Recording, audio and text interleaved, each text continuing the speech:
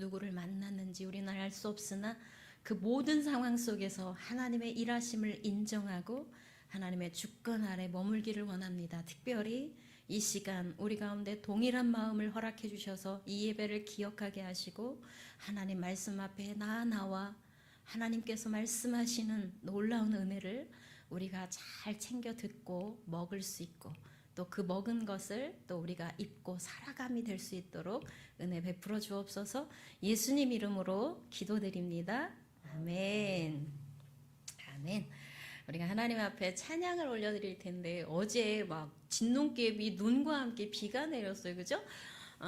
곧 아마 땅 속에서 지금 막 요만큼씩 올라오는 싹들이 무럭무럭 이렇게 나올 것 같습니다. 그래서 빈들의 마른 풀 같이 정말 이렇게 메마른 겨울에 나뭇가지들이 움이 돋고 또 꽃이 필 준비를 하고 있더라고요.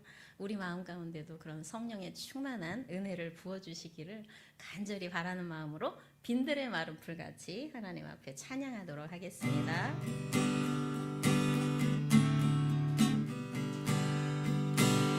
빈들의 마른 풀같이 시들은 나의 영혼 주님이 약속한 성령 간절히 기다리네. 가물어 메마른 땅에 단비를 내리시듯 성령의 단비를 부어 새 생명 주옵소서. 반가운 빗소리 들려 산천이 춤을 추네. 봄비로 내리는 성령 내게도 주옵소서. 가물어 메마른 땅에 단비를 내리시듯 성령의 단비를 부어 새 생명 주옵소서. 절 따라 우러를 내려 조목이 무성하니 갈급한 내 심령 위에 성령을 부소서. 가물어 메마른 땅에 단비를 내리시듯 성령의 단비를 부어 새 생명 주옵소서. 아멘.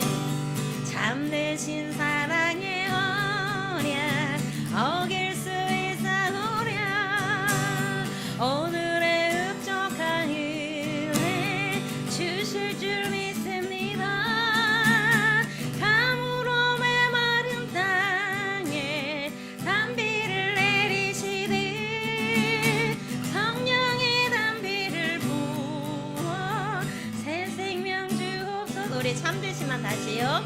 참되신 사랑의 언약 어길 수 있사오랴.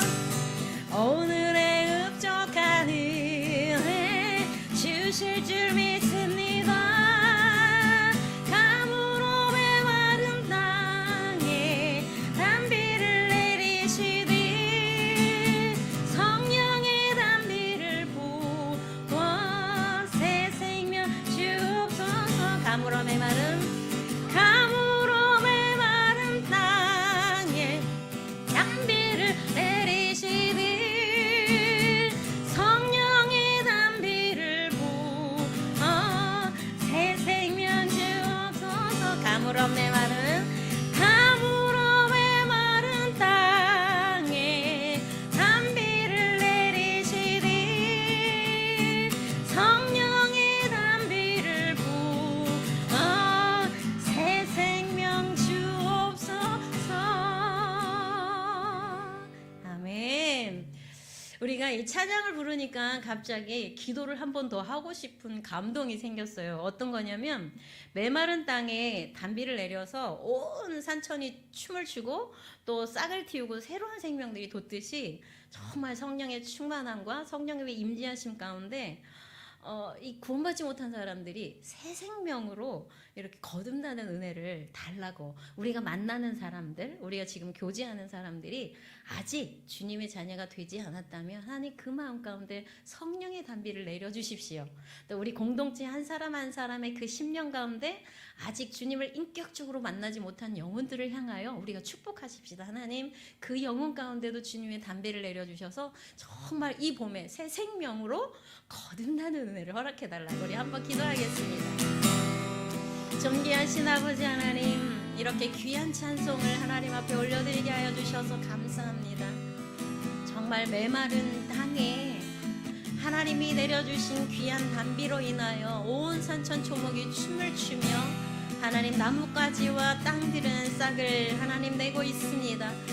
하나님 우리 심령들 가운데도 하나님 만나는 이들마다 또 교제하는 이들마다 거듭나지 않는 우리 사랑하는 공동체 한 사람 한 사람 위에도 성령의 단비를 내려 주시옵소서. 그들의 마음 가운데 새 생명으로 거듭나는 은혜를 이 봄에 하나님 우리 가운데도 선물로 허락해 주시옵소서.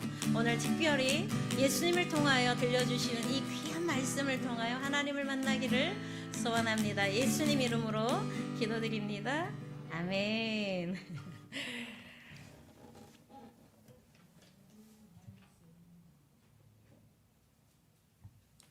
누가복음 9장으로 넘어왔습니다. 누가복음 9장, 우리 누가복음 9장을 한번 펼쳐 놓으시고요. 오늘 제목을 우리 가슴 가운데 꼭 새기나요 주셨으면 좋겠어요. 두 가지 단어가 나오거든요. 어떤 단어가 나올까요? 제자가 사도로입니다.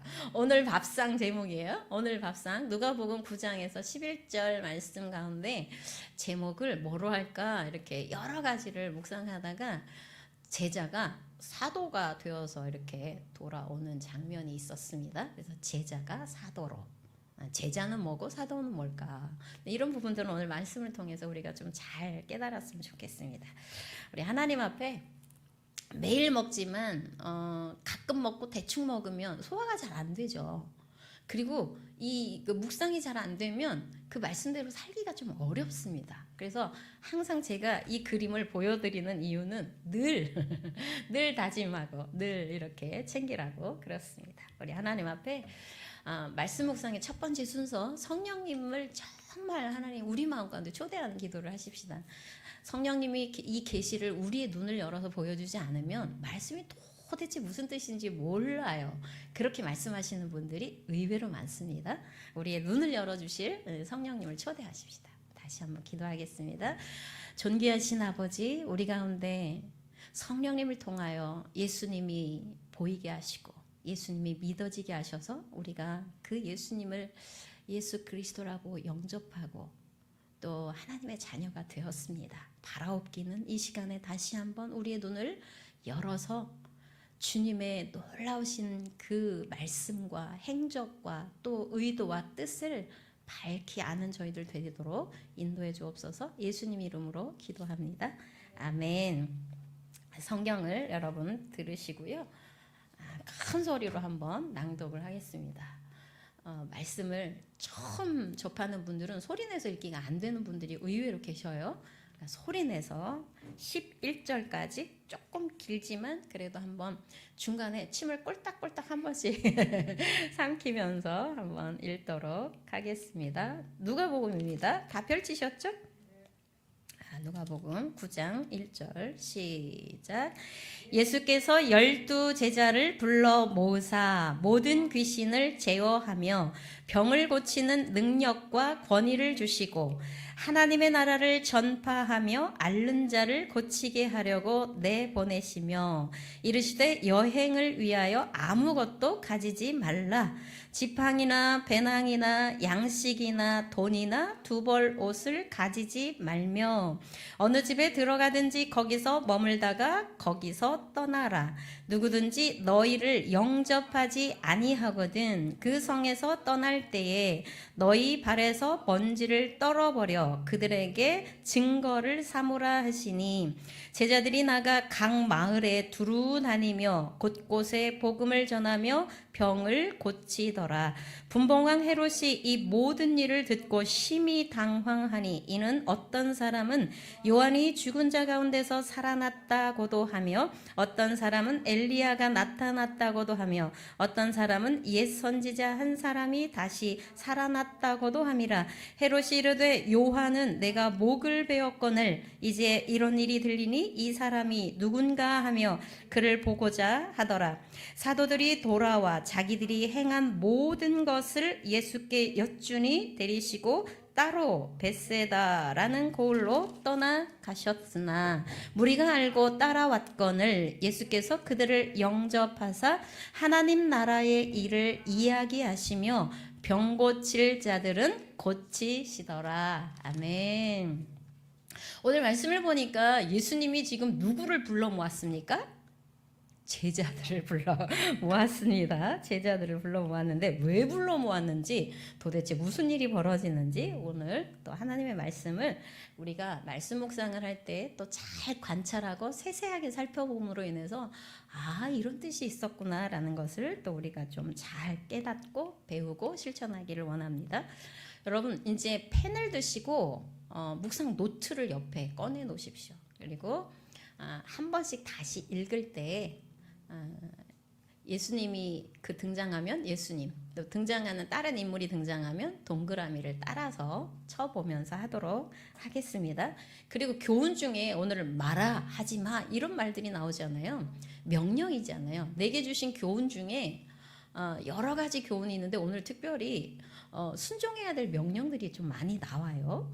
그리고 피할 행동도 있는지 예수님이 약속하신 것들이 있는지 그런 것들을 한번 살펴보도록 하겠습니다.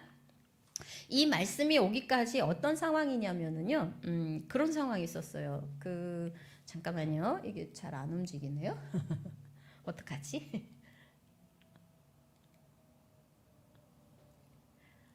여기는 보이시나요? 안 보이시죠? 설정이 조금 달라졌을까요? PPT. 자, 화면이 다시 원래대로 찾아지는 동안 제가 한번 이렇게 좀 스토리를, 오늘 9장이 오기까지 바로 앞에 8장 부분을 보면 이제 예수님이 8장에서 보면 군대 귀신 들린 사람을 고치시는 거 기억나시죠? 예. 이 사람은 얼마나 많은 군대가 들어갔는지, 네 이름이 뭐야? 그러니까 세번역에서는 레기온이라고 해요. 많은 군대 귀신이 한 사람 앞에 들어갔어요. 그래서 이 사람은 옷을 벗고 항상 무덤에서 살았습니다. 그러니까 아무도 이 사람을 어떻게 할 방법이 없었는데 예수님이 그 마을로, 거라사 마을, 이방인 마을이죠. 대가볼리 쪽에 이 마을로 들어갔을 때 이 귀신 들린 사람이 예수님을 알아봅니다. 그래가지고 예수님께 요청을 하죠. 우리를 무적행에 들어가지 않게 해달라고. 무적행. 우리가 무적행 들어보셨죠? 지옥으로 들어가지 말게 해달라고. 마침 그 언덕에 보니까 동물 중에 뭐가 있었어요? 돼지 떼들이 있었습니다. 저기에 들어가게 해달라고. 이 귀신들이 다 거기서 이제 예수님의 치료에 의해서 들어갔어요. 돼지 떼에. 그러니까 한꺼번에 이 돼지 떼가 어떻게 됐습니까? 전부 다 물 속에 풍덩풍덩 다 빠졌죠. 그래서 돼지를 키우는 사람들이 갑자기 데모를 하죠. 우리 떠나가게 해달라. 떠나라고. 왜? 손해를 너무 많이 봤으니까요. 이제 그래서 이제 귀신 들린 사람을 이제 치료를 받았습니다. 그리고 난 다음에 이제 다시 갈릴리 쪽으로 와서 오늘 화면이 안 된다고 하네요. 어떡하지? 자, 그러면은 오늘은 여러분들이 집중하셔가지고 잘 들으셔야 돼요. 회당장 집에 이제 가기 전이죠. 이제 이게 예수님이 이제 쭉 이제 갈릴리 지방으로 다시 돌아오는데 그 회당장에 야이로가 찾아옵니다. 야이로가 찾아오는데 중요한 거는 이 야이로에게 딸이 있었어요. 그것도 너무 귀한 외동딸, 12살입니다. 얼마나 귀엽고 예뻤겠어요. 근데 이 딸이가 지금 어떻게 돼가고 있었나요? 거의 죽게 되었어요. 우리 집에 오셔서 내 사랑하는 딸을 고쳐달라고 요청을 합니다. 그래서 이제 예수님이 그 회당장의 그 요청을 거절하지 않고 이제 회당장의 집을 향하고 있는데 사람들의 인파가 너무 많아가지고 막 밀리고 막 이렇게 막 이런 식으로 이제 가고 있는 거예요. 그때 걸어가고 있을 때 예수님의 옷자락을 잡는 여인이 등장하죠. 그 여인이 누구예요, 여러분? 우리가 잘 알고 있는 혈루증을 앓고 있는 12년 동안 혈루증을 앓고 있는 여인이었죠. 근데 이 여인은 이제 부인병이란 말이에요. 그 출혈이 12년 동안 멈추지 않았기 때문에 어떤 문제가 생기냐면 그 유대인 사회에서는 부정한 여인이에요. 이 사람은 가까이 다른 사람들하고도 살 수가 없습니다. 왜냐하면 그 사람을 만지기만 해도 부딪히기만 해도 같이 있기만 해도 같이 부정해지기 때문에 그 12년을 진짜 왕따로 고독하게 살았어요.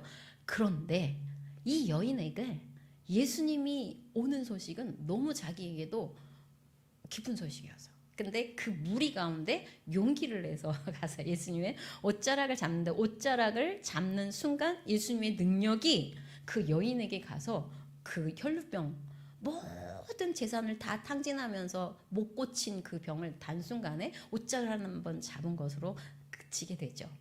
그래서 이제 누가 내 옷자락을 잡았냐고 내 능력이 빠져나갔다 그러니까 이 베드로가 또 뭐 지금 사람들이 떠밀려요 이제 이러는데 그 여인이 이제 자기가 잡았다고 꿇어 엎드려서 그렇게 은혜를 또 이렇게 받죠. 그러면서 따라 내 믿음이 구원을 받았다. 이 회당장의 그 집에 가는 과정 중에 이런 일이 있었고 그리고 난 다음에 이제 부지런히 다시 가려고 하는데 벌써 회당장에 하인들이 와가지고 따님이 죽었다고 더 이상 선생님을 괴롭히지 말라고 이야기를 합니다. 그런데 그 하인들의 입장에서는 이제 끝났어요. 당신의 딸은 이미 죽었어요. 예수님 오실 필요가 없어요 라고 하는데 예수님이 가시죠. 그리고 나서 삼총사 베드로, 야고보, 요한을 데리고 그 부모를 데리고 딴 사람들은 오지 말라고 하는데 그 죽은 소녀에게 갔는데 막 밖에서는 통곡 소리가 나고 난리가 났어요. 지금 밖에서는 이미 뭘 하고 있는 거예요? 장례식장이 돼버린 거예요. 그런데 울지 말라고 두려워하지 말라고 이 소녀가 죽은 게 아니고 뭐 한다고요? 잔다라고 하면서 그 소녀를 달리다금 하면서 소녀 일어나라고 살려주시죠. 그 이야기가 이제 그 8장에서 마무리가 되면서 9장으로 옮겨온 것입니다. 9장. 자, 지금부터 이제 9장 눈을 크게 뜨셔야 돼요. 펜을 드시고 자, 이제 누가 나오는지 집중적으로 잘 보셔야 합니다. 1절만 먼저 천천히 읽어보도록 하겠습니다. 나오는 그 등장인물을 노트에 이렇게 표시하면서 읽으세요. 시작. 예수께서 12제자를 불러 모으사 모든 귀신을 제어하며 병을 고치는 능력과 권위를 주시고 그 등장인물이 누가 나옵니까? 예수님. 또 누구요? 12제자. 그 다음에요. 또 등장하는 사람이 있나요? 없죠. 지금 1절에서는 예수님이 누구를 불러 모았어요? 12제자를 불러 모았습니다. 불러 모아서 하신 일이 무엇입니까? 모든 귀신을 제어하며 병을 고치는 능력을 주셨어요. 자, 그 다음에요. 또 예수님이 주신 게 뭐예요? 권위를 주셨습니다. 권위를. 혹시 여러분 성경이 마태복음을 빨리 찾으실 수 있다면 또 표시를 한번 해놔주세요. 마태복음 10장, 마가복음 6장 7절. 혹시 그 노트에 묵상 노트에 오늘 본문과 똑같은 그 공간복음이 마태복음 10장, 마가복음 6장이라고 메모를 해주십시오. 그리고 비교하면서 좀 보면은 훨씬 재밌습니다. 자, 여기 예수께서 12제자를 불러 모으셨어요. 왜 모으신 거죠? 지금 무엇을 주려고요? 일단은 무엇을 주셨습니까? 모든 귀신을 제어하는 능력을 주셨어요. 병 고치는 능력을 주셨습니다. 권위를 주셨습니다. 그러니까 예수님 어떤 분입니까? 그럼 제자들에게만 주시나요? 아니면 오늘날 예수님을 주라고 고백한 사람들, 성령의 권능을 힘입은 사람들에게도 주시나요? 특별하게 병 고치는 그 은사를 주신 분들도 계시죠. 그리고 권위의 은사를 갖고 있는 분들도 계시고 또 귀신을 쫓아내는 축사의 은사를 주신 분들도 계십니다. 그죠? 그래서 이 모든 것들을 통해서 무엇을 하려고 하시는 걸까요? 우리 한번 생각해 보셔야 돼요. 이 제자들을 불러 모아서 이런 것들을 주신 이유가 있죠, 여러분. 예수님이 예수님이 이 땅에 오셔서 세례받고 난 다음에 뭘 하셨습니까, 여러분? 회개하라. 천국이 가까이 왔다. 그러니까 하나님 나라를 선포하는 일을 하셨어요. 그리고 당신이 어떤 일을 하셨나요? 이제 이사야 선지자를 통해서 주셨던 이 땅에 자기가 메시아로서 오셔서 그리스도로 오셔서 하신 일들이 있었죠. 말씀의 성취. 그죠? 누가복음 4장에도 나와 있고 이사야서 61장에도 나와 있고 그 행보를 따라서 지금 가르치시고 치유하시고 뭐 하십니까? 전하시고 요거를 지금 계속 해가고 있는 중에 이제 당신만 하는 것이 아니라 누구에게도 이 일을 함께 하시고자 하시는 거예요? 제자들입니다. 제자들. 자, 그래서 제자들이 지금 예수님과 함께 산상수훈도 받으면서 들으면서 예수님의 행적들을 따라다니면서 지금 계속 배워가고 있는 중이거든요. 근데 이제 배워가는 것뿐만이 아니라 이제 예수님이 하셨던 병 고치는 일, 예수님이 하셨던 귀신 쫓아내는 일, 예수님이 하셨던 이런 권위 이런 것들을 지금 함께 지금 주시려고 불러 모아서 실제 주신 거예요. 자, 그러면 한번 제가 질문을 한번 해보겠습니다. 이때는 성령님이 제자들에게 오셨습니까? 안 오셨습니까? 이때, 지금, 현재, 이때는 안 오셨습니다. 왜냐하면 예수님이 부활 승천하신 후에 내가 약속한 성령을 받기 위해서 지금 너희들 예루살렘 떠나지 말고 기다려라고 하셨죠.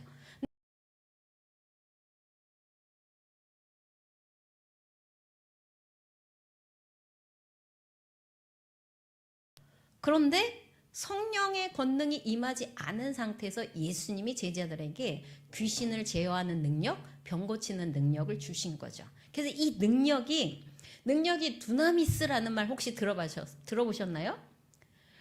그러면 우리가 산을 폭발할 때나 건물을 폭발할 때 쓰는 아주 폭발력이 강한 거 뭘 쓰나요? 다이너마이트 쓰죠. 이 다이너마이트라는 이 말이 어디에서 파생됐냐면 두나미스에서 파생됐어요. 이 두나미스가 의미하는 말이 뭐냐면 능력입니다. 능력. 그러니까 아주 엄청난 그 능력, 초월적인 능력 이것을 지금 제자들에게 예수님이 어떻게 하신 거예요? 주신 거예요. 주신 거. 그럼 우리는 제자들에게 주신 이 하나님의 능력, 이 권세를 우리는 어떻게 해야 될까요? 방치하고 할 게 아니라 우리 가운데도 우리 일상 속에서도 하나님 우리 가운데도 하나님의 권능을 입혀 주십시오. 이런 것들을 우리가 구하면 되겠죠. 그죠? 그래서 우리가 병든 사람을 위해서 기도할 때 우리가 치유하는 은사는 없다 하더라도 우리가 기도할 때 그 기도를 들으시는 이 다른 사람을 위해서 도구하는 기도, 다른 사람을 위해서 기도하는 이것들을 하나님께서 받으시는 이 기도의 능력 이런 것도 우리가 구할 필요가 있다라는 거죠. 왜냐하면 주시는 분이에요. 주시는 분. 누가요? 예수님이요. 그래서 이 능력은 그냥 허상이 아니라 실제 삶의 자리에서 병든 사람을 만났을 때 고치는 능력, 귀신 들린 사람을 또 이렇게 제어하는 능력 이런 것들을 실제 생활에서 주실 수 있도록 기름 부어주시는 이 상황이 여기에서 있는 거예요. 그러면 왜 주셨나라는 거예요. 왜 주셨나? 자, 왜 주셨냐가 이제 2절을 읽어보면 나옵니다. 2절. 자, 2절 한번 갑니다. 9장, 누가복음 9장 2절. 시작. 하나님의 나라를 전파하며 앓는 자를 고치게 하려고 내보내시며입니다. 자, 그러면 예수님이 어떤 분이에요? 지금 이 병든 자들이나 또 아픈 사람들이 뭐 하기를 원하시는 거예요? 하나님 나라를 아는 자로 알게 하고 싶은 거예요. 그러니까 부자, 뭐 그 다음에 떵떵거리는 사람, 또 건강한 사람 이런 사람들에게도 예수님이 필요하지만 예수님이 오셔서 하셔야 되는 일 중에 특히 강한 자보다는 누구를요? 약한 자들. 건강한 자보다는 어떤 분들? 병든 자들. 아, 내가 건강한 자에는 의인이 필요 없잖아. 내가 온 이유는 하면서 설명을 늘 하시잖아요. 그래서 예수님은 하나님 나라를 전파하게 하기 위해서 능력을 주셨다는 거예요. 그리고 또 뭡니까? 앓는 자들, 병든 자들을 고치게 하시려고 능력을 주셨다는 거예요. 그럼 우리가 일상생활에서 아픈 사람들을 참 많이 만나잖아요. 근데 우리에게는 그런 병 고치는 은사를 받지는 못했어. 그러나 그를 위해서 위로하고 함께 기도하고 이런 것들은 우리가 할 수 있죠. 또 직접적으로 정말 하나님 그를 위해서 기도했을 때 하나님 이 기도를 들으시고 그가 정말 그 질병 가운데 해방이 될 수 있도록 직접적으로 일하시는 분은 누구예요? 성령님이 일하신다고요. 성령님이. 그러면 하나님 우리가 기도할 때 성령님 기름 부어주세요. 우리가 기도할 때 성령님의 능력이 임하게 도와주세요. 내가 하는 게 아니라 성령님이 해주십시오. 이런 것들이 우리에게 필요하겠죠. 그래서 우리가 믿는 예수님은 적어도 어떤 분이에요? 그 앓는 자들이나 아픈 사람들이나 외로운 사람들이나 약한 사람들이나 지금 쭉 우리가 봐왔듯이 귀신 들린 사람이나 12년 동안 사람들한테 왕따 시킴 받은 그런 여인이거나 이런 모든 사람에게 뭐가 필요하다는 거예요? 하나님 나라가 임하는 게 필요하다고요. 구원받는 게 필요하다고요. 고침받는 게 필요하다고요. 그 누구보다도 사람들은 야 더러워 오지마 이렇게 했지만 예수님은 아니죠. 그들을 영접하고 그들이 고침받기를 원하셨다는 거예요. 내가 원하는 것보다 예수님이 더 원하신다라는 거예요. 그래서 12 제자를 불러 모아서 어떻게 하신 거예요? 그들에게 능력을 주신 거죠. 그리고 마지막 거기 보면은 내 보내시며 그랬습니다. 내 보내시며. 근데 예수님은 제자들을 어떻게 하신 분이에요? 하나님 나라를 전파하도록 내보내셨습니다. 내보내셨어요. 이제 예수님 졸졸졸 따라다니면서 배우기만 한 게 아니라 이제 능력 주시고 권위를 주셔서 내보내셨습니다. 보냄받은 사람이 되었어요. 이거를 우리는 사도라고 이야기를 합니다. 그러니까 제자를 처음에는 불러 모았죠. 제자를 불러 모았는데 그 제자들에게 병 고치는 능력도 주시고, 그죠? 그 다음에 또 뭐예요? 하나님 나라를 선포할 수 있도록 그 앞에 우리 1절에서 이야기한 그거를 다 주셨단 말이에요. 권위도 주시고. 그래서 내보내셨습니다. 그럼 이 제자들이 예수님의 능력을 받아서 실제 어떻게 살아가는지 한번 볼까요? 3절 보시겠습니다. 3절 읽어보실까요? 시작. 이르시되 여행을 위하여 아무것도 가지지 말라. 지팡이나 배낭이나 양식이나 돈이나 두벌 옷을 가지지 말며 그랬어요. 자, 그러면 내게 주신 교훈 중에 여기 보면 예수님이 직접 말씀하십니다. 여행이라는 것은 우리가 쉼의 여행을 말하는 게 아니죠. 1절, 2절, 3절까지 봤을 때 이 여행은 무슨 여행인 거예요? 전도 여행입니다. 여러분 전도 여행 다녀보셨죠? 해외 선교도 혹시 다녀보신 분 계실 텐데 저도 전도 여행을 다녀봤고 해외도 다녀봤습니다. 그런데 이 여행을 할 때 예수님의 명령이 있어요. 그럼 이 제자들은 예수님의 그 명령을 순종해야 되는 태도가 필요하죠. 순종해야 될 명령이 몇 가지가 나오는지 한번 볼까요? 아무것도 가지지 말래요. 자, 그러면 아무것도 가지지 말라는 것 중에 몇 가지가 나오는지 한번 볼까요? 시작.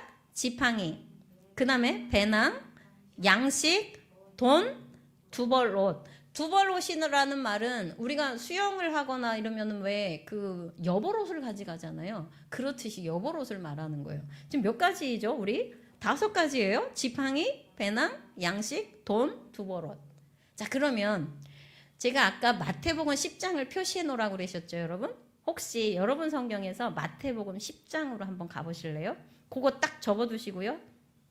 마태복음 10장으로 가보겠습니다. 오늘 본문하고 이렇게 같은 병행 성경이 마태복음은 신약성경 제일 처음에 있습니다. 10장으로 가보겠습니다. 10장 마태복음 10장. 왜 여행을 위해서 이런 명령을 하셨는지 마태는 어떻게 기록하고 있는지를 한번 보겠습니다. 다 찾으셨죠? 네, 그럼 읽어보도록 하겠습니다. 시작. 여행을 위하여 배낭이나 두벌옷이나 신이나 지팡이를 가지지 말라. 이는 일꾼이 자기의 먹을 것 받는 것이 마땅함이라. 마태는 몇 개 이야기를 하시나요? 배낭, 여벌옷, 두벌, 신, 지팡이. 그러면 여기에 없는 거 뭐가 등장했죠? 신이 등장을 하네. 신발을 말하는 거예요. 신발. 자, 그러면 우리 그 누가복음에서는 빠진 게 뭐가 있습니까? 양식. 그다음 또 뭐가 빠졌나요? 돈이 빠졌습니다. 돈. 마태하고 마가하고 누가 세 이 기록이 복음에서 조금씩 차이는 있어요. 자, 지팡이는 다 들어갔어요, 안 들어갔어요? 들어갔습니다. 여벌옷, 배낭 다 들어갔습니다. 신발이 있고 없고 차이가 났어요. 자, 그러면 마가복음 그 뒤에 성경 마가복음 6장으로 가보실까요? 마가복음 6장. 마가복음 마태 그 다음에 뒤에 마가. 네. 우리 어른들도 한번 성경 목록가 처음 오신 분들은 성경 목록가도 한번 이렇게 노래를 한번 가르쳐 드려야겠습니다. 마가복음 6장. 네. 마가복음 6장. 6장 8절로 가보십시다. 다 찾으셨나요?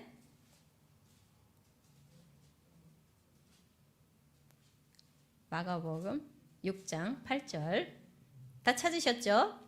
읽어보도록 하겠습니다. 시작. 명하시되 여행을 위하여 지팡이 외에는 양식이나 배낭이나 전대의 돈이나 아무것도 가지지 말며.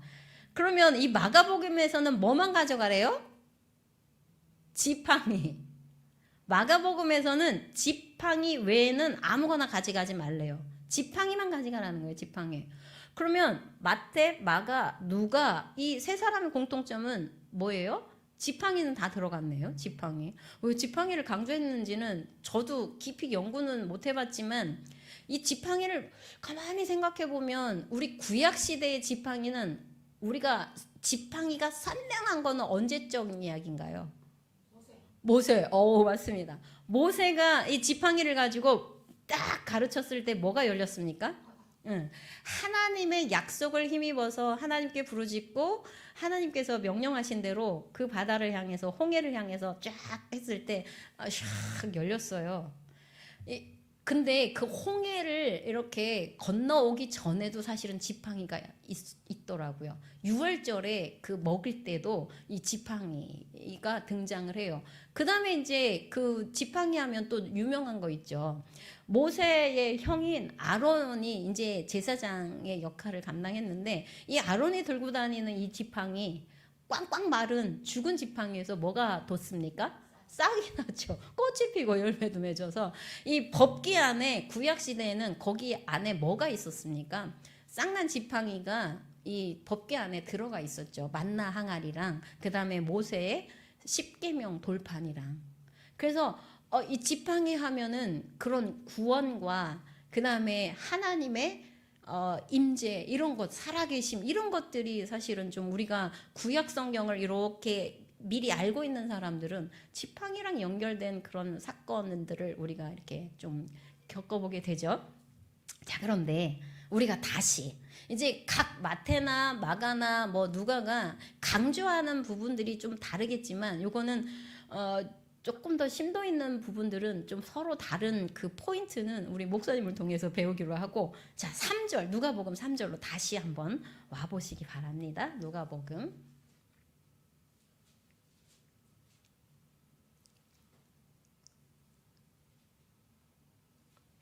자, 다시 돌아왔죠? 우리 3절 다시 한번 읽겠습니다. 시작. 이르시되 여행을 위하여 아무것도 가지지 말라. 지팡이나 배낭이나 양식이나 돈이나 두벌옷을 가지지 말며. 4절요. 어느 집에 들어가든지 거기서 머물다가 거기서 떠나라. 실제로 선교단체, 뭐 예수전도단이나 또 뭐 인터콥이나 아니면 국내에서 CCC나 뭐 이런 그 전도 여행을 갈 때 실제 요걸 그대로 실천하는 분들이 예전에 계셨습니다. 우리가 전도 여행 갈 때 아무것도 가지지 마. 일단 무조건 만나는 집에서 우리를 영접하는 집에 머물고 거기서 하나님께서 공급하시는 것들을 경험해봐. 이런 사례들이 있는데 저는 아직 그렇게는 못 해봤어요. 근데 예수님이 지금 아무것도 가지지 말래요. 지팡이, 배낭, 양식, 돈이나 두벌. 아까 제가 잘못 봤네요. 여기 보면 아무것도 가지지 말라 했는데 지금 누가복음에서는 지팡이, 배낭, 양식, 돈, 두벌옷 다 가지지 말라는 뜻이에요. 마가복음에서는 지팡이 왜 가지가지 말라고 그랬고요. 그죠? 가지가지 말라는 거예요. 지팡이. 그럼 왜 가지가지 말라고 했을까라는 것들을 우리가 좀 생각해 봐야 되겠죠. 그냥 뭐 이유 없이 뭐 제자들 고생시키려고 그랬을까요? 앞에 문맥을 잘 보셔야 돼요. 병 고치는 능력 주셨죠? 그죠? 뭐 하게 하기 위해서요? 하나님 나라 전파하기 위해서. 그리고 앓고 있는 자들을 고치기 위해서 병 고치는 능력을 주셨어요. 그러면 많은 사람들이 다니다가 아픈 사람에게 기도를 했더니 병이 갑자기 나버렸어. 그러면 그 아픈 사람의 가족 입장에서는 그 병 고친 사람들을 어떻게 할 것 같아요? 어떻게 할 것 같습니까? 감사하다고 선물도 드리고 때로는요. 가실 때 여비라도 하시라고 뭐 이렇게 하겠죠. 그렇죠? 근데 그런 것들을 받아가지고 담으려면 뭐가 필요하죠?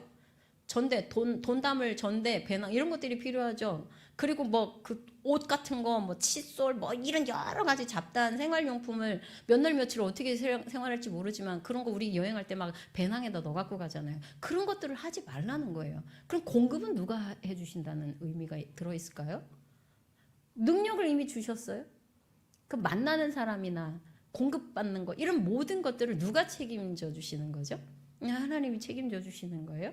근데 그 많은 분들의 이 누가복음의 이제 그 메시지나 또 이렇게 연구한 것들을 제가 찾아보니까 잘 찾기는 어려운데 한 분의 목사님이 이렇게 써놓은 내용을 제가 이제 발췌를 해보면 그 당시는 지팡이 갖고 다니고 또 아주 권위를 갖고 다니면서 막 그런 일을 행하고 막 이렇게 받고 이런 경우들이 있었대요. 그러니까 거짓 선지자이거나 아니면 그 당시에 그 유대 사회에 또 뭐 그런 무슨 철학자나 이런 사람들이 그랬다고 하더라고요. 그래서 지금 예수님은 그런 분들하고 차별화된 삶을 살 수 있게 제자들을 훈련해서 보내는, 그래서 명령을 한 이런 거더라고요. 우리가 신방을 가거나 또 우리가 아픈 사람을 방문하러 갈 때 오히려 우리가 싸들고 가죠. 그분을 위해서. 대신에 우리 어떻게 하라는 거예요? 이 예수님께 말로 하자면 되돌려 받는 것이 없어야 된다라는 것을 지금 이야기하는 거예요. 그죠? 왜냐하면 이제 이 전도 사역에 있어서는 내가 너에게 준 능력 외에 다른 거 필요 없다. 그리고 아까 우리가 말씀을 우리가 마태복음 10장 10절에서 이야기하니까 일꾼이 자기 먹을 거 받는 거 마땅하다. 그러니까 너희들이 행할 때 헌신된 합당한 사람의 집에 머물 때 이미 너희들이 공개받을 거야 라는 그 예비된 것들을 예수님이 이미 이 제자들한테 이야기를 한 거죠. 근데 이 제자들이 그래도 그렇지 우리가 아무것도 안 들고 빈손으로 가서 어떻게 누구를 만나 뭐 이런 것들을 걱정하고 가면 될까 안 될까? 그러면 만약에 그런 마음으로 전도하러 갔어. 그러면 필경은 어떤 일들이 생길까요? 환경이 안 열릴 때 투덜투덜하고 불평이 생기고 서로 막 그 마음이 상처가 생기고 이렇습니다. 그런데 이미 예수님의 능력도 받고 약속도 받고 우리가 기도도 하고 만반의 준비를 하고 딱 갔는데 환경이 생각보다 안 열려. 막 도로가 막히고 또 막 배 시간이 떨어지고 비행기가 막 연착되고 심지어는 타고 다니던 차도 어디에 쿵 박히기도 하고 갑자기 같은 팀원들끼리 막 갈등이 생기고 그 동네 갔더니 인심 흉흉하고 막 이런 일들이 막 벌어집니다. 세상에 숙소라고 정해진 곳에 갔더니 한겨울에 갔더니 난방도 안 되고 우리 지난번에 우리 3.1교회 청년들 왔을 때 목포 갔던 팀들이 그런 걸 경험했다고 해요. 난방이 안 돼가지고 그 다음날 다 쓰러졌대요. 감기가 들어가지고. 그런 일들이 벌어지는 경우도 있고 이 통영에 왔던 그 16대 대형차 중에 한 대가 보니까 계속 내비가 가르치는 대로 안 가고 엉뚱 방향으로 가고 엉뚱 방향으로 가다가 결국 나무와 나무 사이에 끼어가지고 거기서 막 이렇게 빠져나오는 일들도 있었다고 해요. 그런데 만약에 이 전 과정에 대한 신뢰나 기도나 이런 것이 없다면 어떻게 되겠습니까? 사람을 원망하게 되고 막 투정하게 되고 불평하게 되겠죠. 근데 그런 것들이 당연히 우리가 하나님 나라를 선포할 때 이 어떤 악한 영들도 동시에 우리의 일들을 방해할 것이라는 것을 알고 우리가 더 하나님의 권능에 예수님이 주신 그 권능 아래 성령이 주신 권능 아래 우리가 있어야 된다라는 그 신뢰와 약속을 붙잡고 기도하고 가고 만반의 준비를 했을 때는 올 것이 왔구나 할 때 그것을 비상한다라는 거죠. 그 문제를 초월해서. 근데 예수님이 우리에게 이 제자들에게 이렇게 권위를 주시고 능력도 주시고 할 때 아무것도 가져가지 마라고 할 때는 다 책임져 주신다라는 것이 같이 있지 않겠어요? 우리가 하나님 나라를 선포할 때 우리가 뭘 바라고 하진 않잖아요. 우리가 어떤 사람이 내 이웃으로 만났는데 이 사람이 정말 내가 생각할 때는 예수님을 믿어야 해결될 것 같은데 이 사람은 까마득하게 모르고 있어. 그럼 우리 어떻게 합니까?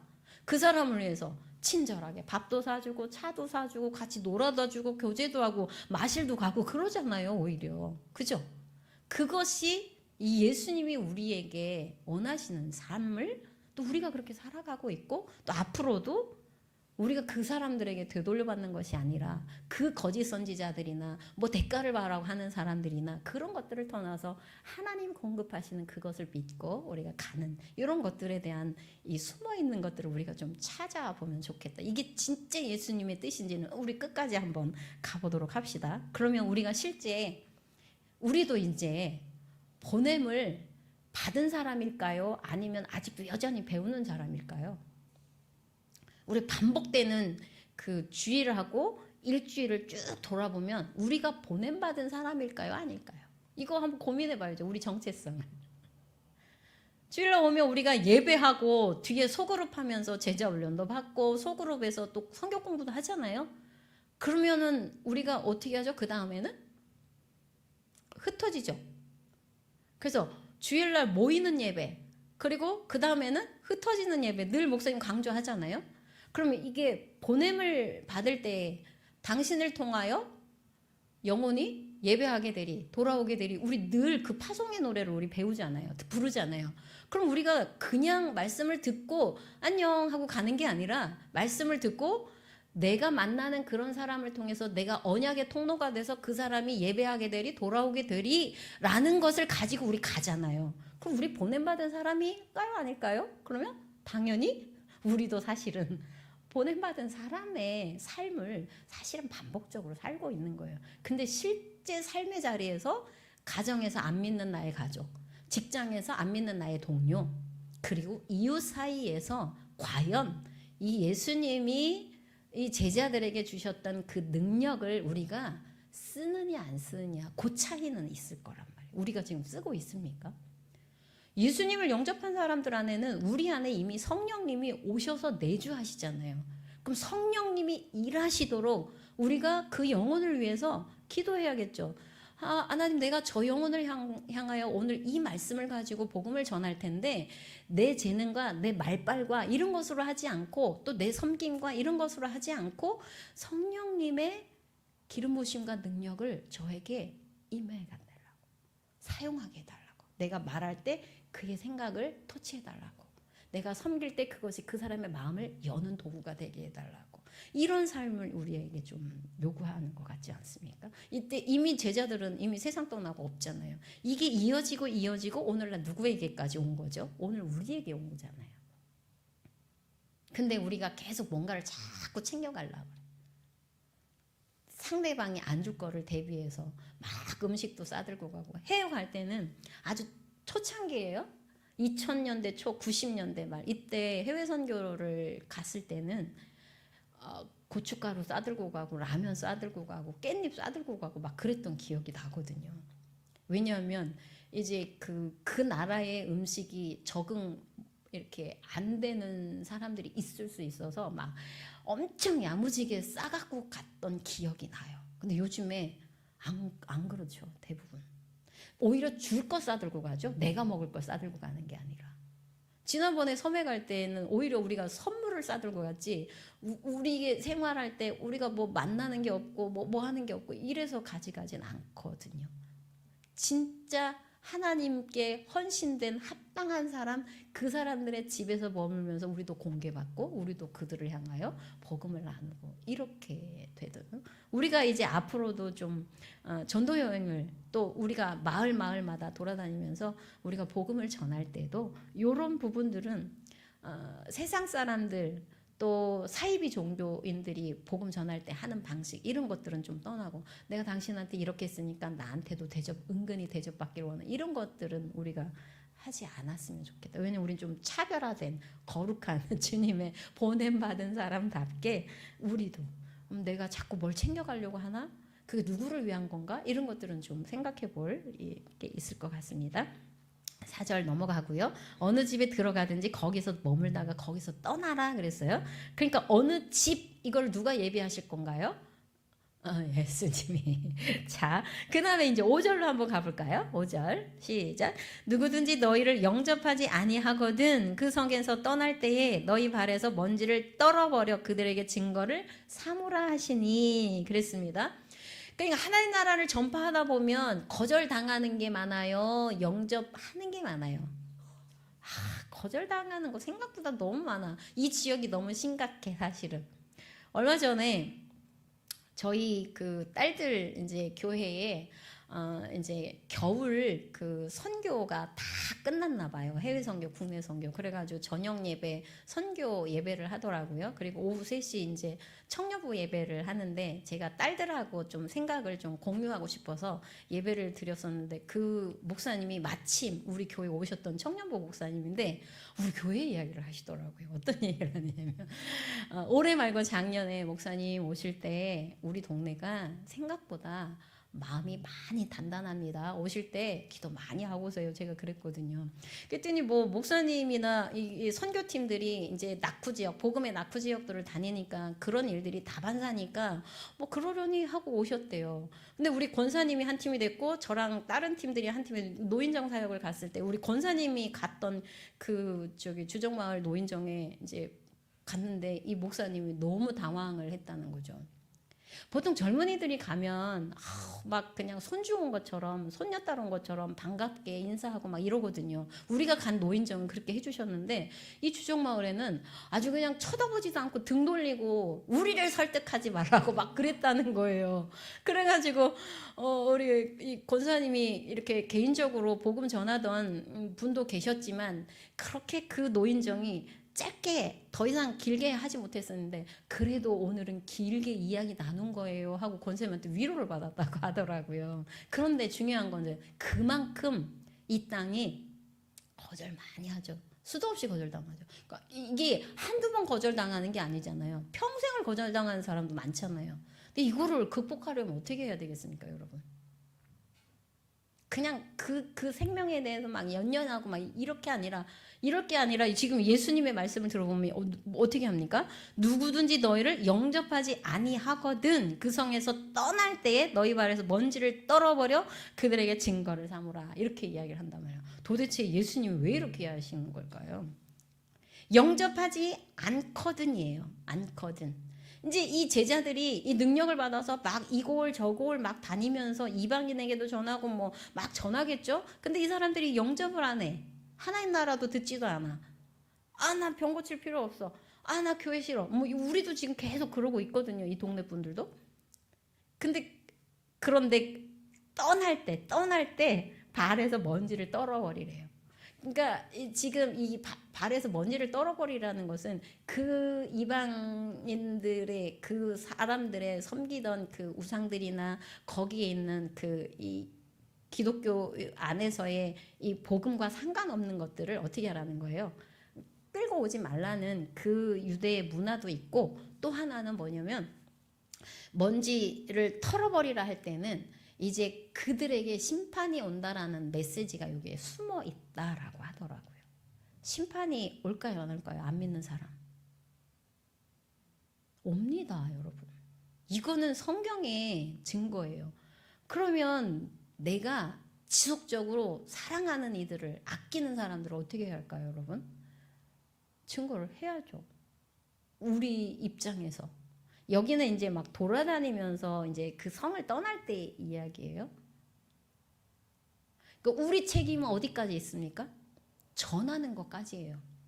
그들이 영접하고 안 영접하고는 누구 책임이에요? 그 사람 몫이에요.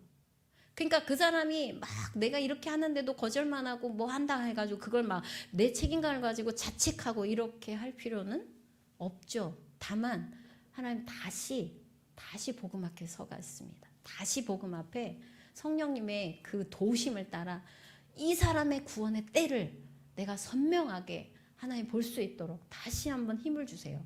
다시 한번 성령의 권능을 힘입어 복음을 전하겠습니다. 또 이 사람에게 이게 말로만이 아니라 그 사람과의 이 관계가 이 복음이 잘 들어갈 수 있는 지혜를 달라고 그 영혼을 향해서 하나님 앞에 기도하면서 그 또 때를 기다리면서 우리는 또 계속해서 복음을 전하는, 왜? 이성을 아직 떠나지 않고 있으니까요. 그죠? 그래서 우리가 이 하나님의 심판은 임한다. 그런데 이 전할 때 우리도 수도 없이 거절을 하지만 우리의 책임은 어디까지요? 전하는 것까지. 잘하게 하시는 분은 누구니까요? 하나님이시니까요. 거듭나게 하시는 분은 누구니까요? 성령님이시니까요. 그죠?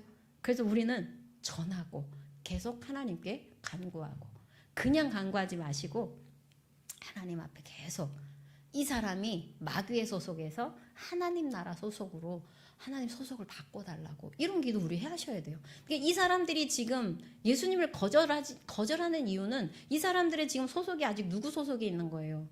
마귀의 소속에 있는 거란 말이에요. 진노의 자녀에서 지금 이게 그 복의 장녀로 옮겨오지 못했어요. 하나님 나라의 백성이 아직 되지 않았기 때문에 구원을 받지 못하고 영접을 안 해요. 그러면 이 영혼에 대해서 원망할 것이 아니라 안타깝게 여기고 불쌍히 여겨서 하나님 이 영혼에게 하나님 나라 소속, 우리 편 소속 되게 하려고, 아니 내가 그 지혜롭게 말씀을 잘 전할 수 있도록 성령님 능력 부어달라고, 이런 부분들이 이 말씀에서 좀 필요해요. 6절 가보겠습니다. 시작. 제자들이 나가 각 마을에 두루 다니며 곳곳에 복음을 전하며 병을 고치더라. 자, 제자들이 이제 막 나갔습니다. 와, 이제 날개가 돋쳤어요. 이제 하나님, 예수님이 그들에게 능력을 주셨으니 얼마나 폭발적으로 지금 그거를 순종하는 이 제자들에게 임하겠어요. 두루 다니며 곳곳에 복음을 전했어요. 그래가지고 어떻게 됐습니까? 병을 고쳤습니다. 그럼 지금 이 제자들은요, 한 텀 하고 쉬고 이게 아니라 지속적으로 돌아다니면서 반복적으로 지금 어떻게 하는 거예요? 예수님의 제자들이 어땠을 것 같습니까, 여러분? 능력을 받아서 막 다니면서 병을 고치고 일어나고 고쳐지고 막 이러니까 어땠을 것 같아요, 여러분? 얼마나 신바람이 났을까요? 우리가 복음을 전하는데 영접했대. 아니, 우리가 사실은 막 복음을 전했어요. 영접 기도까지 했어요. 우리 기뻐요, 안 기뻐요? 엄청 기쁩니다. 엄청 기뻐. 우리가 전도 현장에 가서 복음을 전했을 때 상대방이 예수님을 받아들이고 영접했을 때는요, 진짜 나한테 생기는 것도 없는데 그렇게 기쁠 수가 없는 거예요. 이것을 누가 기뻐하시는 거예요? 성령님이 그렇게 기뻐하시는 거예요. 그러니까 우리에게도 이 기쁨을 회복하려면 어떻게 해야 되겠습니까? 보냄을 받은 곳곳에 가서 예수님 제자들처럼 전하고, 그죠?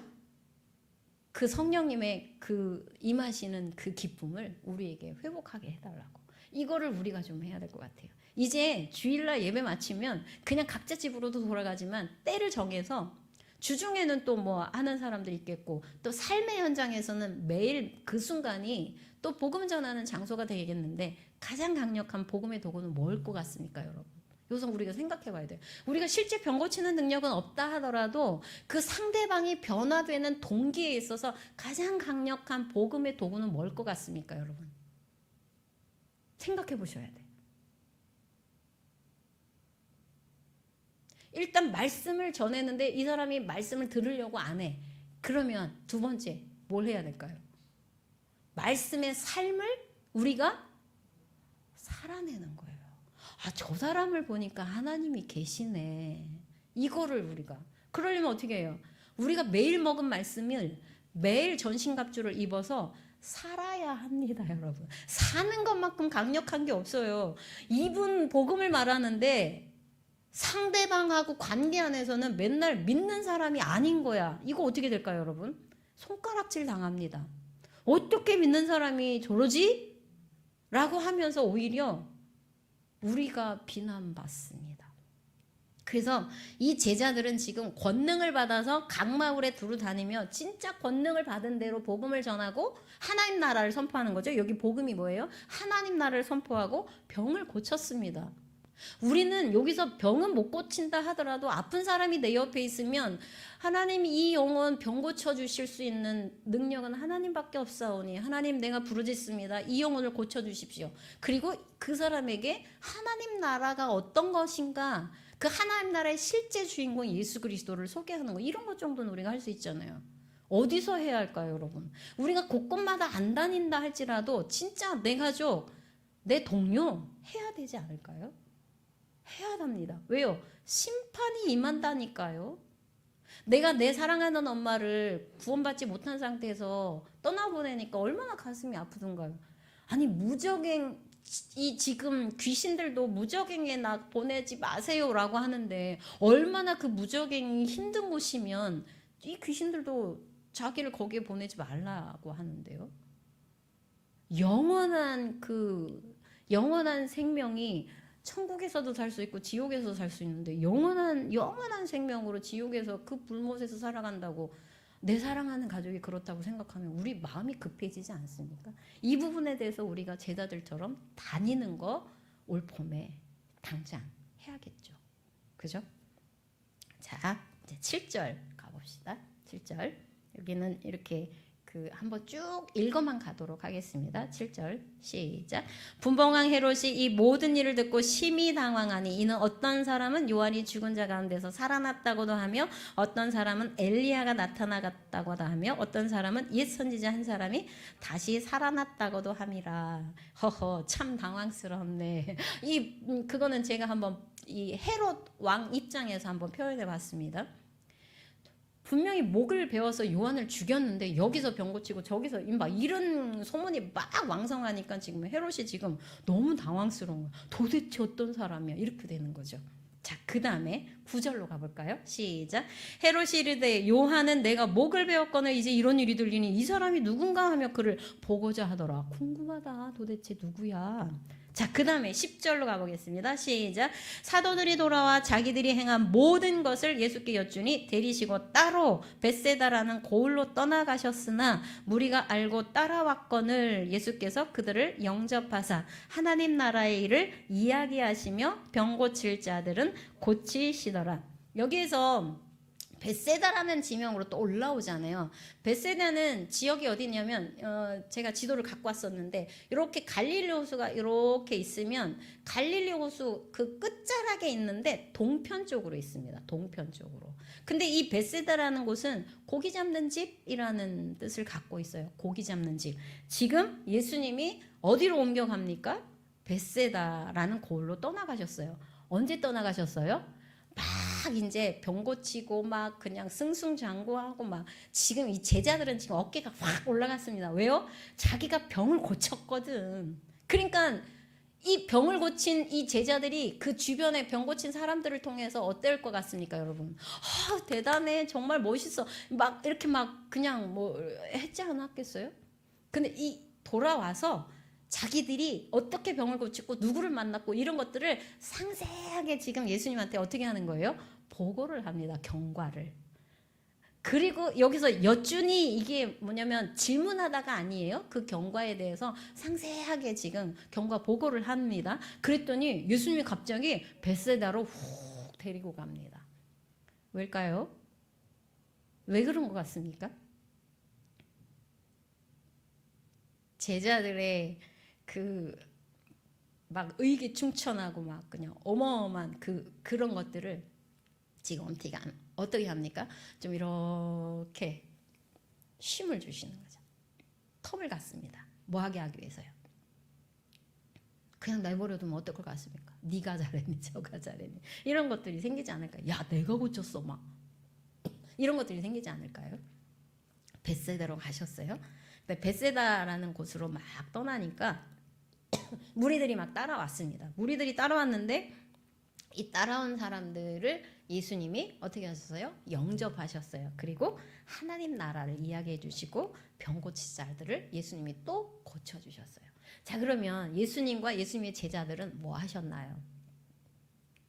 하나님 나라 전하고 병든 자들 고쳐주시고 그리고 영접하시고. 우리가 보잘것 없고 내세울 것 없어도 우리를 영접하시는 분이 누구예요? 예수님이에요. 자, 아까 제자가 사도로 제가 이제 오늘 밥상 차렸잖아요. 그 사도는 뭐라고 그랬죠, 여러분? 제자들을 불러서 보냈잖아요. 그러니까 보내신 분이 누구예요? 예수님이죠. 그 보냄받은 사람들이 누구예요? 사도인 거예요, 사도. 아포스텔로스라는 이 헬라어가 있는데 뭐 굳이 기억할 필요는 없지만 이 원래 예전에 고전의 뜻에는 항해자라는 뜻도 갖고 있다고 그래요. 항해자. 그 자료를 보니까 항해자.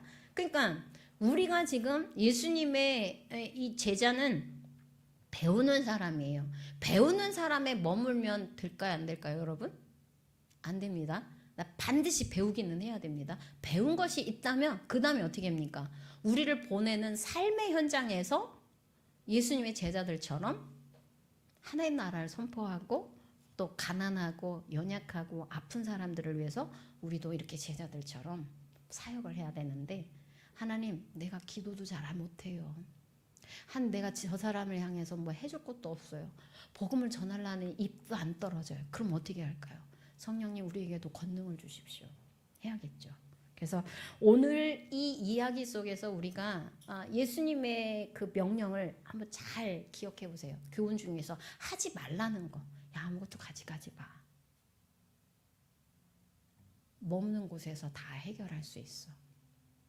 내가 너희들에게 능력 준 것 갖고 다 할 수 있어. 그럼 우리가 보냄받은 사람 입장에서 우리가 만나야 할 사람을 정해야 되겠죠. 그리고 내 삶의 현장에서 하나님 나라 전할 곳을 또 우리가 좀 염두에 둬야 되겠죠. 주중에 이렇게 말씀을 듣고 파송을 받고, 또 우리가 또 주말에도 그러지만 수요일날도 이렇게 듣고 또 실천할 것도 가잖아요. 그래서 우리가 입을 열어 하나님 나라를 선포하고 손을 얹어 그들을 향해서 축복하고 기도하고 이런 것들이 많이 필요할 것 같습니다. 오늘 성경 암송은 그래서 사도행전 1장 8절 하고 싶었는데 이미 다 익힌 사람도 있겠지만 처음 듣는 사람을 위해서 제가 한번 낭독해 드릴게요. 오직 성령이 너희에게 임하시면 너희가 권능을 받고 예루살렘과 온 유대와 사마리아와 땅끝까지 내 증인이 되리라 하시니라. 그래서 이 제자들 보고 예수님이 승천하실 때, 야, 예루살렘 떠나지 마 했을 때 이 사람들이 마가의 다락방에서 120명이 매일같이 기도하면서 예수님이 약속하신 성령을 기다렸다고요. 때가 되니까 50일째 성령님이 각 사람 머리에 임했죠. 그때부터는 이제 제자들이 아닌 거예요. 제자들이 하나님 나라를 왕성하게 선포할 수 있는 능력이, 그 권능을 받은 사람들 나온 거죠. 근데 권능, 성령님이 임하시기 전에 그 맛보기로 병 고치는 능력을 오늘 예수님이 제자들에게 직접 주신 거예요. 우리에게는 성령이 임하였으니까 우리의 부족함들을 성령님 도와주세요. 성령 기름 부어주세요. 우리가 만나는 영혼들마다 정말 이제는 더 결실한 공동체가 되기 위해서 그 메마른 가슴에도 하나님의 말씀이 싹이 트게 해주세요. 그 말씀이 자라서 꽃이 피게 도와주세요. 그 영혼이 결실을 맺게 해주세요. 그래서 올 가을에 하나님 앞에 더 많이 또 영혼들을 올려드리게 도와주세요. 이런 기도들이 좀 우리에게 필요할 것 같습니다. 우리 함께 찬송하고 기도하도록 하겠습니다.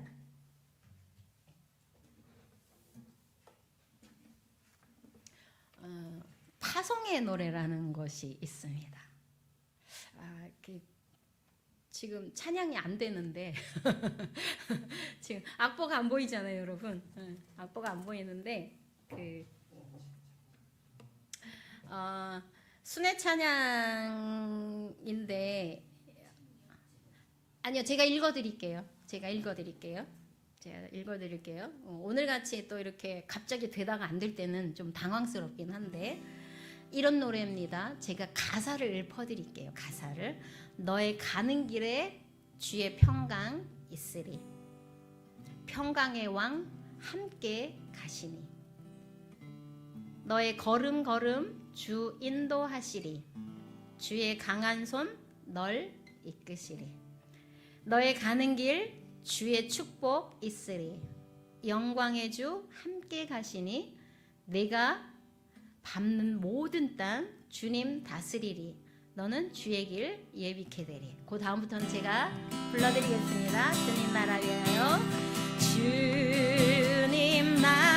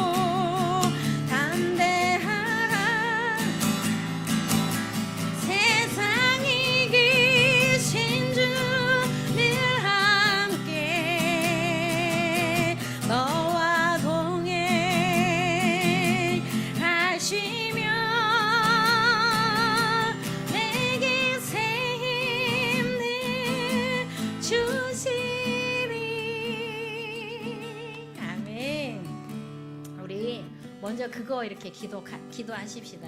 이 찬송에 보면 주님 나라 위하여 길 떠나는 우리 모두에게 주님이 동행하시고 주님이 함께 하신다고 약속하십니다. 그리고 이 거칠은 광야에서 꽃이 핀다고 말씀하시네요. 우리가 수도 없이 거절당한 이 강박한 이 땅도 꽃이 피는 날이 있을 것입니다. 여러분 믿으십니까? 하나님, 우리가 만나는 땅, 우리가 밟는 이 땅에도 하나님 귀한 꽃들이 피게 하여 주시고, 그 꽃이 지고 나면 열매를 맺는 풍성함을 하나님 허락해 주셔서 우리 사랑하는 공동체가 올해 비전으로 삼은 날마다 더 결실한 공동체가 되기를 소원합니다. 그렇게 먼저 기도하며 나가겠습니다. 기도하겠습니다. 하나님 아버지 감사합니다. 오늘 사랑하는 주님이 제자 12를 불러 모아 하나님 내보내시기 전에 주의 능력을 하나님 입혀주셨나이다. 병 고치는 능력을 부어주셨고 그들에게 권위를 주시며 하나님 나라를 선포하라고 하셨습니다. 그리고 앓는 자들을 고치라고 하나님 그들을 내보내 주셨나이다. 하나님 아버지, 그들이 복음을 전하였을 때 병든 자들이 일어났고 고침을 받았고 예수님처럼 가르치고 또 치유하고 전도하는 삶이 하나님 아버지 계속 이어졌습니다. 하나님 이 땅 가운데도 하나님 주님의 명령을 받은 우리가 만나는 이들 가운데 하나님 가정에서 직장에서 또 이웃 가운데 하나님 나라를 선포하며 또 병든 자들과 연약한 자들과 우울한 자들과 주님을 모르는 자들을 향하여 우리가 하나님 그들을 향하여 축복하며 기도할 때에 하나님 이 거칠은 땅에서도 하나님 꽃을 피게 하여 주시고 열매가 맺게 하셔서 날마다 더 결실한 공동체로 나아가는 귀한 은혜를 하나님 허락해 주시옵소서.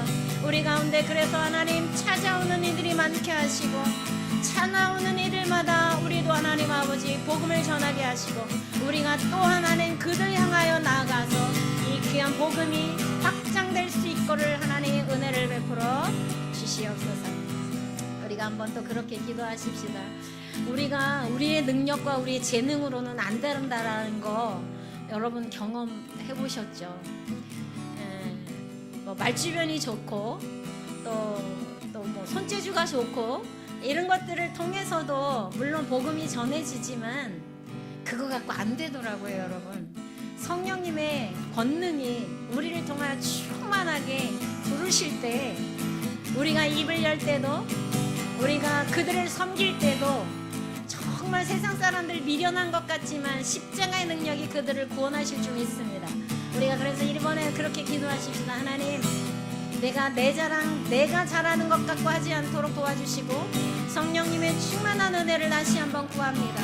우리 가운데 성령의 권능을 힘입어 이 귀한 사역을 감당할 수 있도록 하나님 우리 가운데 은혜를 베풀어 주시옵소서. 그래서 그렇게 한번 기도하며 나가겠습니다. 전능하신 아버지 하나님, 내가 말을 잘하고 말주변이 있고 또 만드는 솜씨가 좋고 또 섬기는 은사가 있다고 하나님 그것이 되는 것이 아닌 것을 우리가 늘 경험합니다. 하나님 아버지, 우리 가운데 성령의 권능이 필요합니다. 우리 가운데 성령의 기름 부으심이 충만하도록 하나님 아버지 간구합니다. 우리가 입을 열어 그들을 만날 때 우리의 발걸음을 보내주신 분이 주님이신 것을 알기에 하나님 우리의 입을 열 때마다 우리의 손을 향하여 저들을 향하여 나갈 때마다 성령의 충만한 은혜를 허락해 주시옵소서. 어제도 만났고 오늘도 만났고 또 내일도 만날 것인데 이제 하나님 저들의 소속이 이제 마귀의 소속이 아니라 심판받는 나라의 소속이 아니라 하나님 나라의 소속이 되고 하나님의 자녀가 하나님 되는 은혜를 우리 가운데도 보여주시옵소서. 감사를 드리며 주님 이름으로 기도합니다. 우리가 특별히 이런 본문을 또 접할 때면 더 선교사님들의 삶의 자리가 또 이렇게 생각이 나는데 우리가 그렇게 한번 기도하십시다. 하나님, 선교사님들이 영육이 강건하여야 되겠죠. 아프면 하고 싶어도 못합니다. 그래서 우리 선교사님들의 그 마음과 육체와 정서와 모든 환경을 초월하는 하나님의 믿음, 성령의 권능을 하나님 그 선교사님들과 그 환경 가운데도 임하여 주시옵소서. 그래서 하나님 그 선교사님들의 그 현지인들을 상대로 복음을 전하고 공동체 생활을 하고 가르치고 또 이렇게 교제할 때도 이 모든 것들 위해 하나님 기름 부어주시도록 우리 한번 그렇게 한번 축복하며 나아가도록 하겠습니다. 전능하신 아버지 감사합니다. 우리 가운데 또 이렇게 함께 기도할 수 있는 선교사님들이 계시기에 우리가 필리핀 안티폴로를 향하여 기도하며 이스라엘 땅을 향하여 기도하며 팔라완을 위해서 기도하며 중국과 터키와 중앙아시아를 향하여 하나님 우리가 기도합니다. 우리가 그들을 향하여 갈 수는 없었을지라도 그들이 먼저 간 하나님의 제자녀 사도이오니 하나님 영육의 강건함을 힘입게 하여 주시고 하나님 그 현지인들의 그 마음 가운데 하나님 그들이 복음을 전할 때마다 그들이 생명 가운데 돌아오는 은혜들을 마음껏 하나님 부어주시옵소서. 공동체 생활을 할 때도 가르칠 때도 그들과 함께 하나님 공부를 할 때도 하나님 우리 가운데 우리의 재능이 아니라 하나님의 권능의 그 힘을 이 성령님을 통하여 다시 한번 힘입어 감당할 수 있도록 하나님 은혜를 베풀어 주시옵소서. 마지막 하나 더 기도하겠습니다. 이제 어제부터 그죠? 새 학기가 시작이 됐어요. 우리 유주가 유치원을 이제 갔는데 우는 아이들이 많다라고 소식을 들었어요. 잘 적응하여서 이제 더 넓은 곳에서 더 많은 이렇게 지혜를 배우고 또 몸과 마음이 자라듯이 또 마음과 그 생각도 잘 자람이 되게 도와달라고 기도해 주시고 유주뿐만이 아니라 또 우리 자녀들 가운데 또 그 새로운 학년이 올라가서 또 선생님과 새로운 친구들을 만나고 또 새로운 학문들 새로운 어떤 교과서들을 받았을 텐데 이 과정들이 꼭 필요하다고. 그래서 우리 학생으로서의 그 삶의 자리 자녀로서의 삶의 자리가 또 배우는 자리에서도 세상을 또 이렇게 배우고 또 이제 그 세상 속에서 하나님의 자녀다운 삶을 또 살아내기 위한 준비 과정으로 잘 적응되게 해달라고 우리 한번 기도하며 나가겠습니다. 하나님 아버지 우리 사랑하는 유치원을 또 이렇게 입학하였는데 넓고 또 낯선 사람들이 많아서 마음에 놀라움들이 있었을 것인데 하나님 그 따뜻한 선생님과 좋은 친구들을 통하여 잘 적응할 수 있는 은혜를 허락해 주시고 우리 사랑하는 아들과 딸들이 또 새로운 학기를 맞이했고 또 새로운 진로를 찾고 있으며 하나님께서 또 새롭게 주신 그 학문의 자리에 가 있으니 하나님 그 자리에서 성실하게 배우게 도와주시고 그 세상 속에서 배우는 지식과 만남들을 통하여 내가 왜 여기에 보내졌는지를 하나님 알 수 있는 은혜들을 또 잘 이렇게 배워가며 준비되는 영혼들로 하나님 훈련하여 주시옵소서. 우리가 그렇게 또 자녀들을 축복합니다. 이 밤에 이 말씀이 우리 가운데 하나님 귀하게 울림이 되어서 우리 스스로도 이제 우리의 직장과 가족과 또 이웃을 향해 우리도 당당하게 주님을 믿고 성령님의 권능을 힘입어 복음을 전하는 저희들 되도록 인도해 주시옵소서. 이 밤에 우리 가운데 그렇게 귀한 은혜를 허락해 주신 것 감사를 드리며 예수님 이름으로 기도드립니다. 아멘. 함께 주님 가르쳐 주신 기도를 할 텐데 혹시 처음이신 분들은 성경책 제일 첫 페이지 보면 주님 기도가 있습니다. 함께 고백하겠습니다.